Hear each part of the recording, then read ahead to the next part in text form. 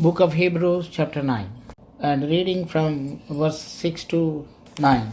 Now when these things were thus ordained, the priests went always into the first tabernacle, accomplishing the service of God.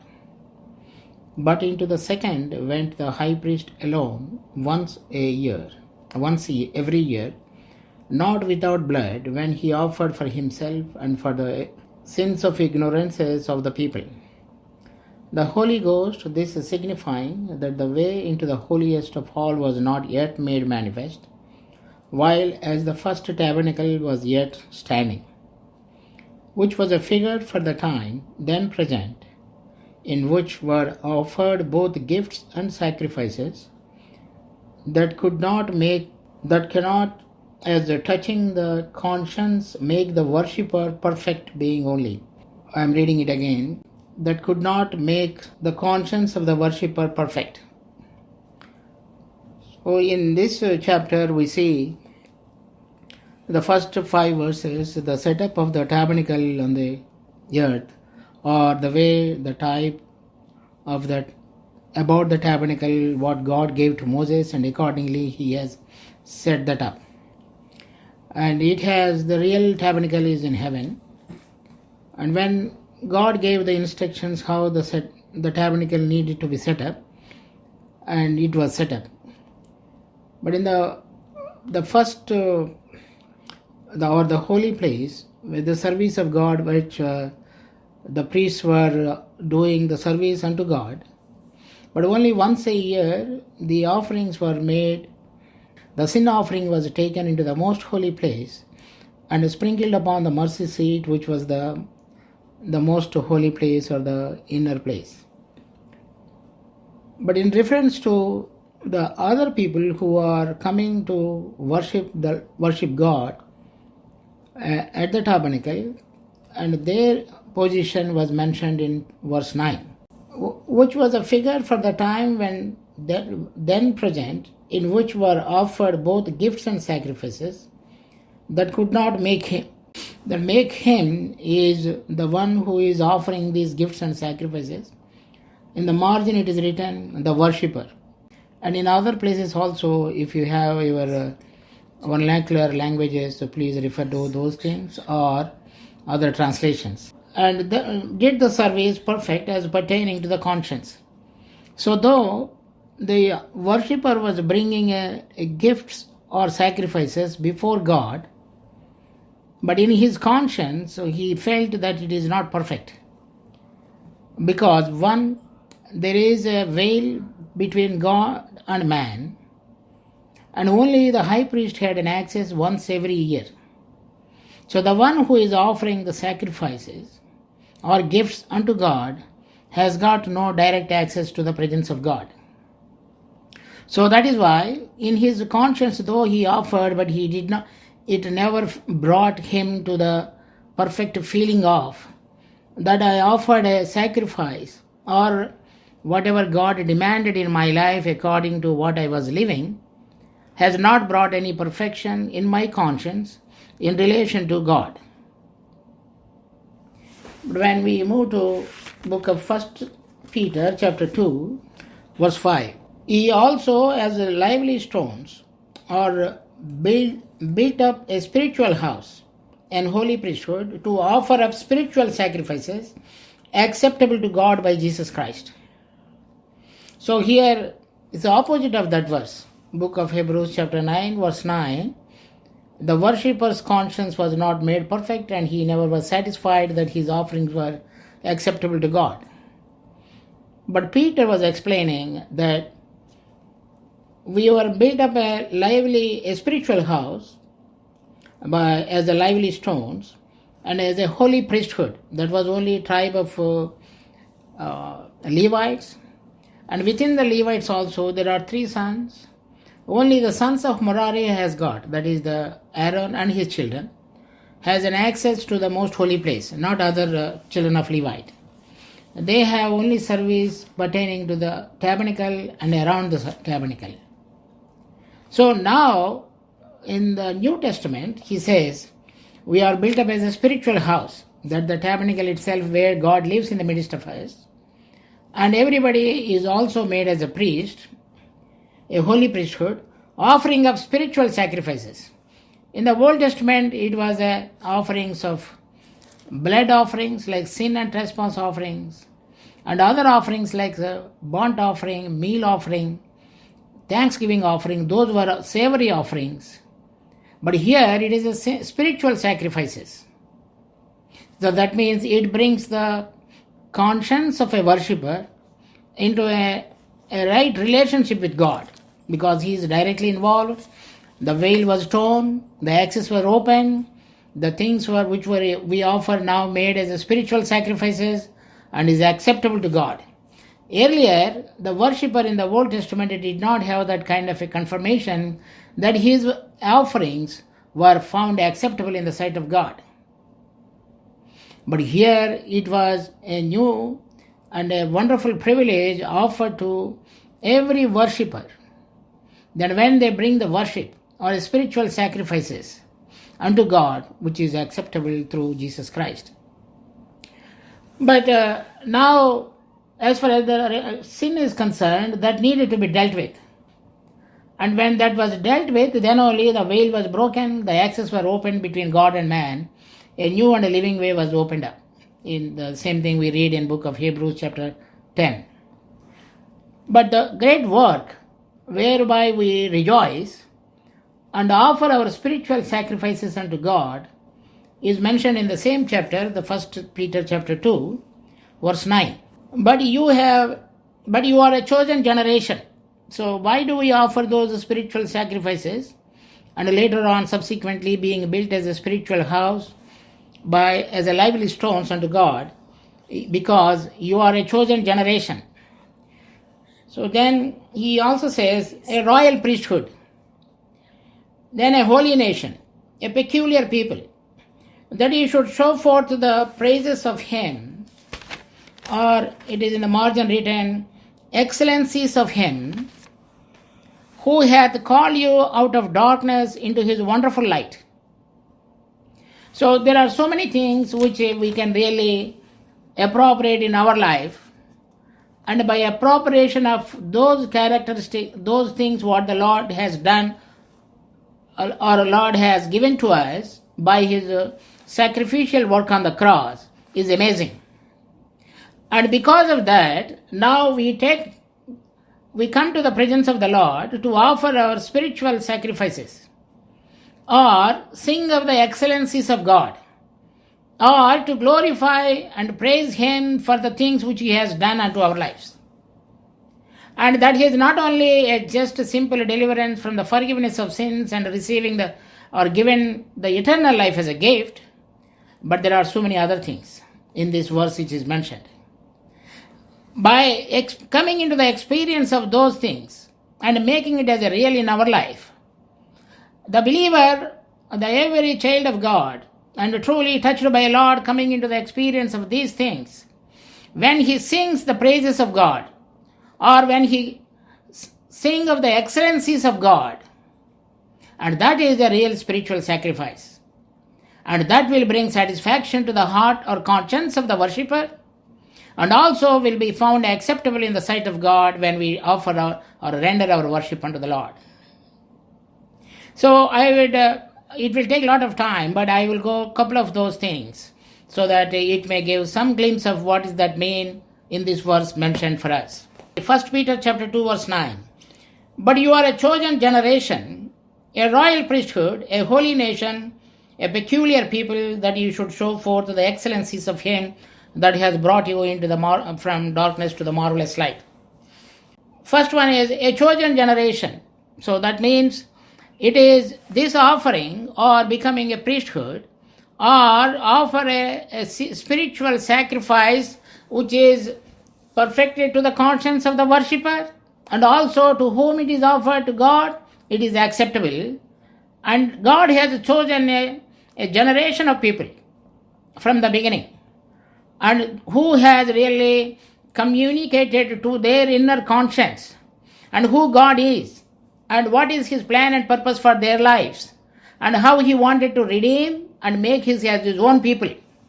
and to occupy not only the just earthly blessings but also to the heavenly calling. And that offering, that choosing, is not based upon what we did something, but based upon the foreknowledge of Him, even before we were conceived in our mother's womb. And also He has decided to call us out. He called out and then freely justified because of the finished work of His Son, Jesus Christ, on the cross for us. Not only that, then He is also preparing for something much more precious and highly lofty pertaining to the things of the heaven. The man who was born in flesh and blood on the earth and relates to earth only, he himself relates only to the things of the earth, but now translating as a peculiar generation to the things which are pertaining to the heavens. And that really grips the heart of every believer. A man who lives here and dies here, but his life is so precious and which was considered as very valuable in the sight of God, whom is not only we know God, but He knew us before. Not we loved God, but He loved us before and made a wonderful plan for our life. And all that company of people, He said, it is a peculiar, or it is a chosen generation. So He called us out. He chose these people, and they are very precious in His sight. And next one is a royal priesthood. So this word can be divided into two. One is royal and the second one is priesthood. Or, as we read in first Revelation chapter 1, verse 5 and 6, we were made as a kings and priests, or kingdom of priests. So these kings and priests, what is mentioned in, we see in book of Revelation chapter 20, verse 4 and also verse 6, and these are the people, blessed are the people who participate in the first resurrection, and they will be kings and priests unto the Lord. So that means they are the rulers. But earlier, every man who is born in this world, and death ruled over them, and sin has taken hold of their lives. We read in book of Romans chapter 5. Death reigned all of them, no exception. And through one man's sin, death came in and death reigned all. But here, the people who are a chosen generation, people have called out, sins are forgiven by the resurrection power or the operation of that heavenly resurrected sanctified life. When the children of this chosen generation, people allow that life to function in them, and they continue to allow the life of new life, and that life is now subduing the life which was there before. They have overcome the death. It doesn't mean that they do not die in this physical body or mortal body, but the operation of that which has got the power to bring us the separation between God and man, they've overcome that power, and continually and consistently they maintain that wonderful relationship of life with God. So what is the kingship? The kingship is the one who has, now we are going to be the rulers along with the Lord Jesus Christ. Our Lord said, in me, the prince of this world is coming and he has nothing in me. And when he said he has nothing in me, that means he overcame him. He cannot lay his hand on our Lord. And those who are made as the kings, they continue to allow that life to thrive in them. They will say that the death does not have any power or hold on me. And I am operated and lived by the newness of life of my Lord Jesus Christ, who died and rose again on the third day. That life of the heavens, a different kind of a life. That is why I was called as a king. But when we are coming into the experience of that life in operation in our lives, then when we sing of His excellencies, and when we walk in this world, in this mortal body, that we take care and we glorify that life which is in operation. That is the meaning of the singing of the excellencies of God which is in operation in our life. Then the priesthood. The priesthood is limited, as I said, it is only to the tribe of Levites. And within the tribe of Levi, that one son, that Merari, then his children are now associated in serving in the most holy place. But other people do not have it. The priesthood is someone, the one who offers the sacrifices unto the Lord. Now, we not only offer the spiritual sacrifices, and God has given us a privilege, an enlarged heart, to see what God does and how He pleads with the unbelieving people and how He suffers long with the people who already believed and do not show obedience. And these are the people who became the royal priesthood.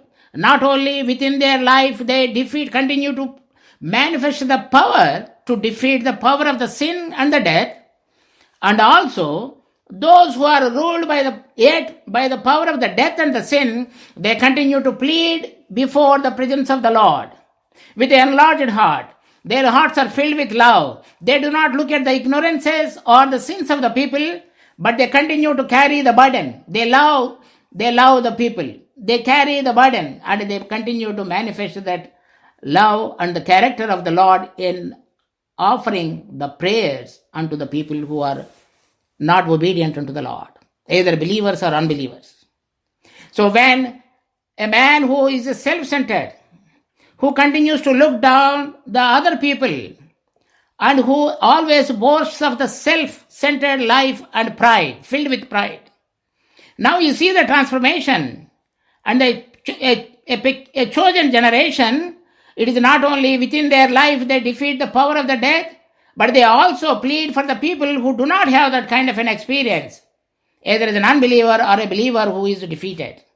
And when we come to the presence of the Lord with that experience, and I sing of the excellencies of my Savior, the one who has really transformed my life, and that is a spiritual sacrifice. The thing which was continue to bog me down, puts me down, that life is self-centered, earthly, and related to only mine, always me, I, that life is crucified. And now the life of the Lord, which is thriving, and in every step of life and every day it is a victorious day, and every day the heart is enlarged to see, to bear, to long suffer, to show kindness, to goodness, with a priestly heart. And that will be a spiritual sacrifice. That will be found acceptable to God. And that is the heart which brings the perfection to the satisfaction when those offerings were offered to the Lord. And I will just move on to the one last thing. Who hath called you out of darkness into his marvelous light? So it is or a wonderful light. So it is truly wonderful. So in the Bible, when the first time the word light was used, it is in book of Genesis chapter 1 verse 3. So what we see in the daytime, that is not the light which was mentioned in book of Genesis. It was different. But God appointed sun to rule the day. It is not something that is not the light which God intended that time, or created light. So he said, let there be light. If you understand the position before Lord commanded the light to be there, it was a chaotic situation. And there is a chaotic situation where the earth was inundated with water. There was darkness prevailing. God is God of light. So in the first day, at the first order of the creation, he said, let there be light. So from what? The one which was completely inundated under sin, and the judgment of God came upon that one. And now there was no shape, there was no form, which it had before, that was lost. Now God has started beginning the new work. And in the process of the new work, he began his new process or the new work by ordering or by commanding, let there be light. So when there is a darkness, and God commanded there should be light. That darkness has come because of the rebellious nature of the one who was ruling before this Genesis chapter 1, 6-day creation. And that person was actually functioning like a king under the law, under God. And he was also a priest. About him, the description was made in book of Ezekiel chapter 28, verses 11 to 14. If anybody is interested, please refer to that. And that position, as we have seen in us, now that was transferred to us and through the Lord Jesus Christ. And here, because of his rebellious nature, whatever the darkness and the sin came into the one part of the universe where he was, and then the first order of the commandment of the Lord was, let there be light. So the same condition, what Paul was mentioning is in the book of 2 Corinthians chapter 4, verse 4 to 6.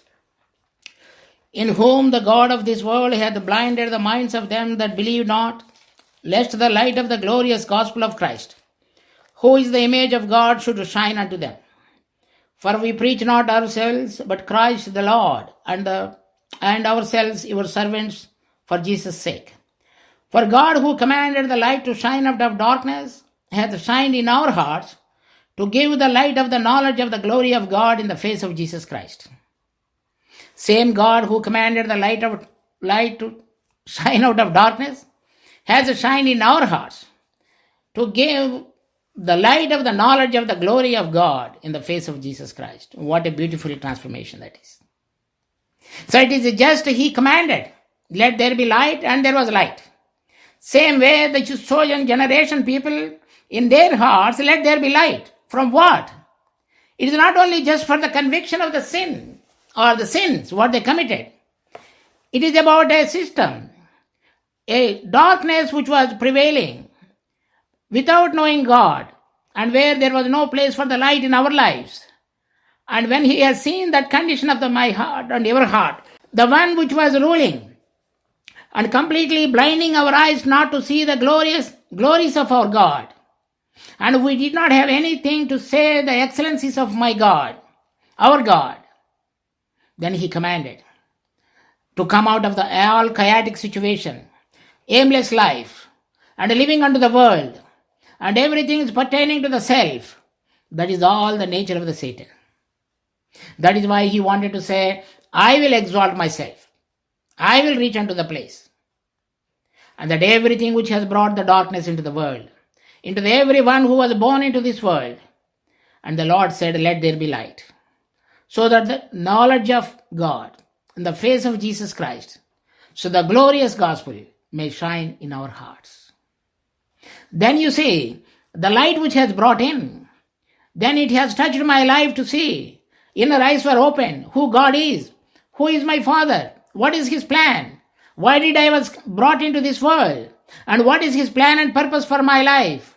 Not only the difference because of my sin which was eliminated, now brought to naught, the distance was brought to no distance now, the relationship was maintained, and started opening up my inner eyes to see where my God is, what is his authority, what does he want in my life. And that light has brought into me so much. Book of John's Gospel, chapter 1, verse 4 and 5. In him was life, and the life was the light of men. And the light shineth in darkness, and the darkness comprehended it not. So that life, in him was the life, became my light. So what it teaches me, that who God is, and what he wants in my life, and how I should conduct my life. So earlier it was completely blinded, and I could only see and comprehend the things of the earth. And now because he has commanded the light to shine in my heart, to give the knowledge of God, so that who God is, in the face of Jesus Christ, when I see him, when he was walking on the earth, what he did, what he spoke, what he performed, and what he taught, in the knowledge of him, and the glories of my God was revealed in my heart. These all things makes me to sing of the excellencies of the praises of God. Those are the spiritual sacrifices which are found acceptable to the Lord, and also which brings the satisfaction to the worshipper when he offers. So shall we worship the Lord. And the priesthood also. If you read the book of Ezekiel chapter 28, as I said, now after he will be, when he would be replaced, the high priestly ministry would be with the Lord Jesus Christ. And along with him, those are all victorious, will function as a priest along with him. And he will be in a kingly position in heavens and also on the earth. And those who are victorious and allow that life to rule now will be function as the kings and priests along with him then. So you see, the position because of that sin and a rebellious nature, what he lost, that is the Lord's plan to choose us, to transfer those privileges to the children, those who are here. And when we really understand the gravity and the weight of that position, what he is offering, and our hearts should praise and worship him to sing of the excellencies of the Lord.